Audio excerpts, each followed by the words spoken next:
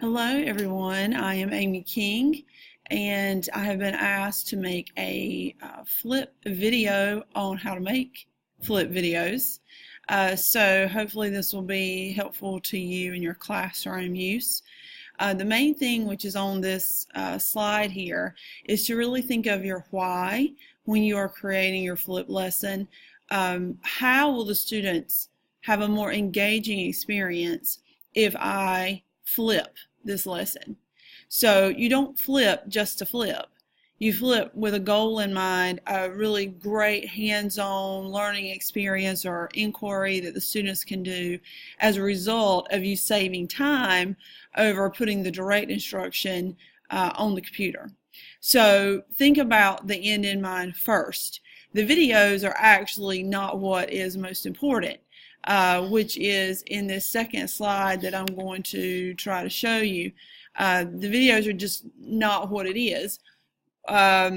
Novices think that the videos are the be-all end-all, but actually they are an important component, but they're not your end goal.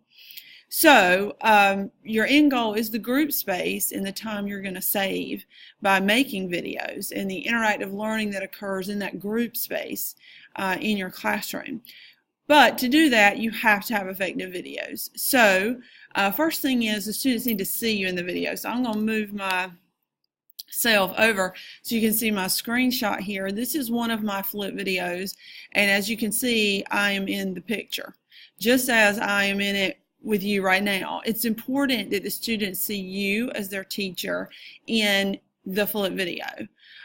So you need to create your own videos and put yourself in them. A general rule is to have videos no longer in minutes than your students are in age of years. So my videos tend to be 12 to 15 minutes. 15 is a little long actually for high school students, but I teach seniors. So, if you're middle school, you want to definitely go down from that. If you're in elementary, even more so. You're just trying to teach them a basic concept or some practical strategy. It's not a thesis. So you don't want to go on and on and on and on. And hopefully I won't do that with you today. Okay, next after that is the quality of the video. So you want to think about, obviously, that they're not lengthy, that you show your energy, that you show your passion for the content, that it's recorded in a quiet room. I was recording this just a few minutes ago, and the janitor came in to clean my room, so I had to stop because he wanted to talk to me. And so, you can't have multiple things going on while you're shooting a video. And you be aware of the space you're in. I do a lot of my videos at home, and so I do them at night when my kids are in the bed, or at nap time if it's on the weekends, if they're asleep, things like that. Include humor. You want to be interesting and funny to the kids. Include text with pictures or just pictures. Make sure that you spice it up with multimedia, which also can include video clips and definitely music. Include props, include costumes. I all the time dress up in my flip videos ridiculously. Since I teach history, I dress in historical different things. So much that I had a student this semester bring me a wig and ask me to please wear this in the next flip video. So, wear crazy things that relate to the content. I have over here a dinosaur and Wonder Woman because in one of my Cold War videos, sorry, I got interrupted again. I'm really showing you how it really works.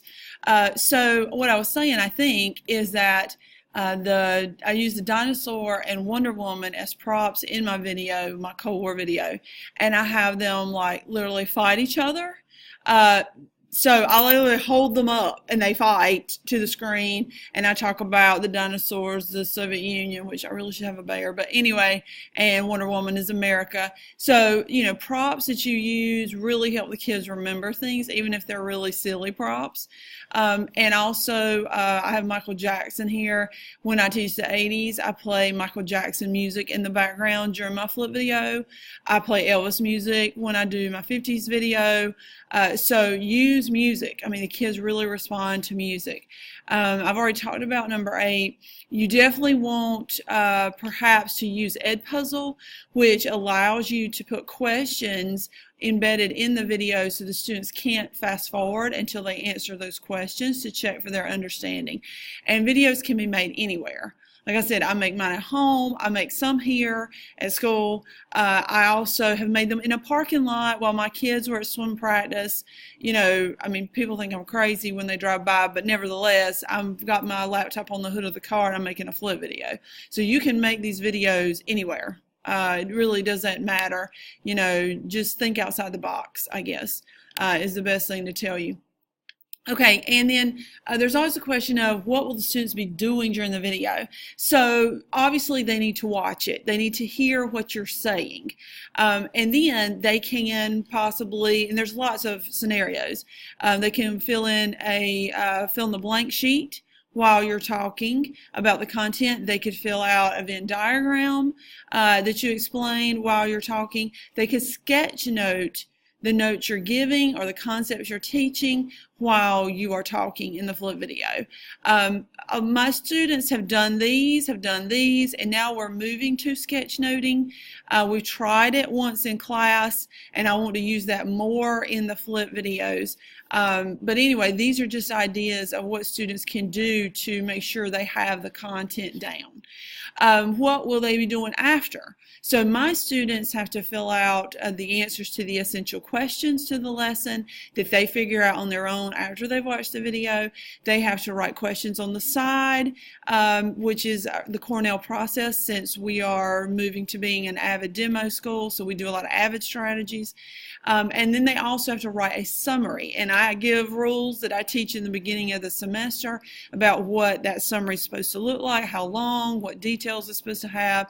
So then they come to me, which is the next thing, and they show me their individual paper when they are finished, and I literally read everything on the sheet. Now, I mean, you know, I'm a fast reader, but I skim read it and I read their summary for sure, and I make sure they've answered the questions properly. If I see a student has not done something right or missed a question or something, I will redirect them right there one-on-one, or I will ask them questions to, you know, gauge their understanding and try to figure out where they have a point of confusion. So we have a one-on-one discussion. Basically.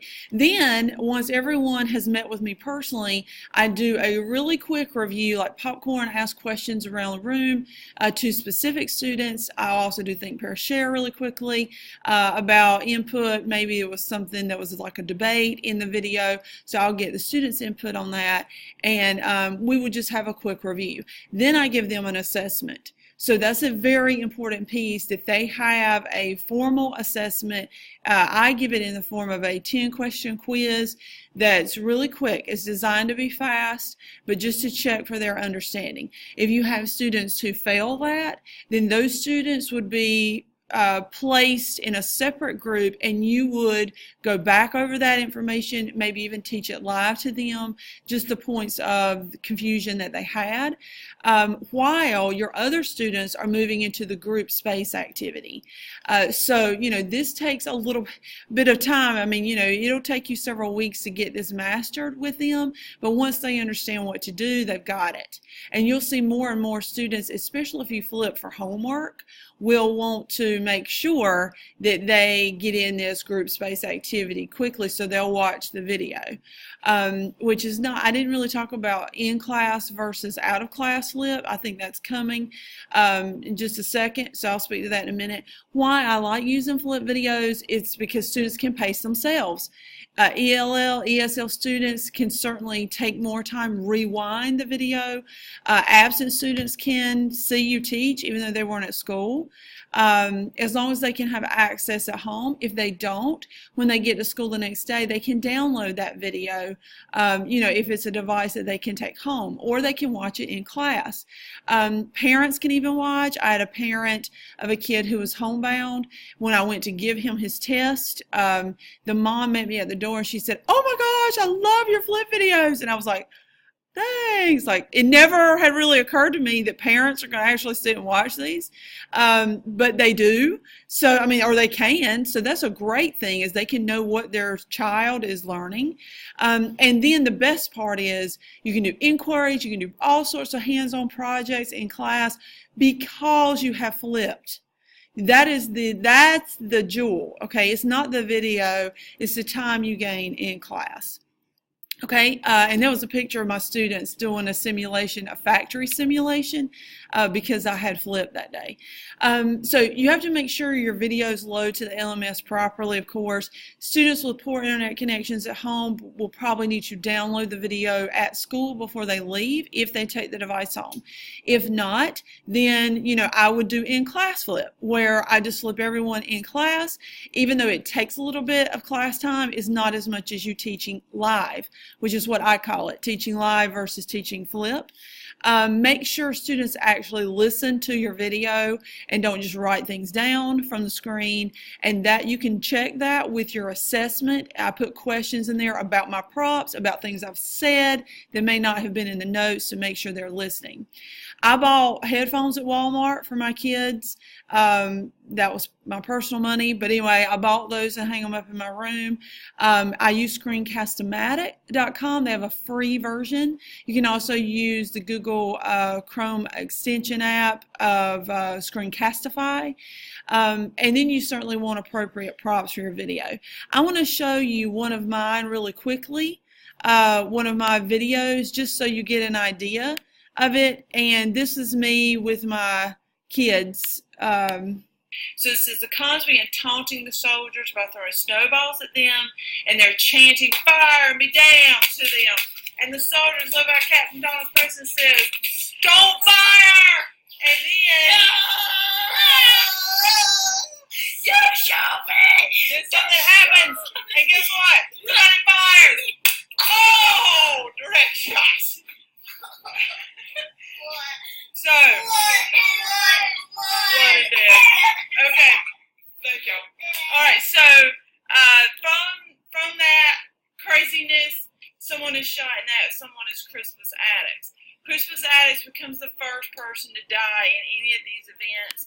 Okay, so you kind of get the idea with that you can use your children in videos, props. I mean, I had a Nerf gun. I was demonstrating to them the Boston Massacre, and in the end, my children learned as much as my students. So they really like interactive videos. Your students will. Anyone else you can bring into the video or props you can use really livens it up. So that's just an idea for you to try to use. Okay. All right. So then moving on, just some pictures. Really quickly, of examples of things that I do because I flip, that kids do that are hands-on. We do a makerspace activity. There it is, build a fort. So the kids have learned about colonial life, and we talk about colonial forts, and you see them here building with Play-Doh and popsicle sticks, and then they had to answer Webb's Depth of Knowledge questions about their forts. Stop animation projects. We do those with both the Civil War battles and also World War II battles, and they use little army men and do stop animations about the battles they have researched. And they also do Webb's Depth of Knowledge questions with that. One of my favorites is the Ho Chi Minh Trail that we do right outside our classroom along our cross-country trail. And I set up the trail, and they simulate going down the Ho Chi Minh Trail in the Vietnam War. And all of that is because I flipped the lesson the night before on Vietnam. So I can do this instead, and this is definitely a favorite. I have kids ask me to come into my class for the new semester, when are we going to do the trail, because they've heard about it. We also do sidewalk chalk Cold War timelines, so the kids go outside and show what they know about a certain decade with the Cold War.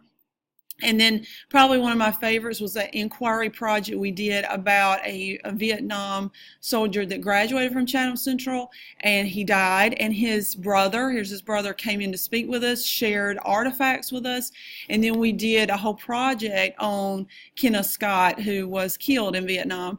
And we did all that because I flipped the lessons.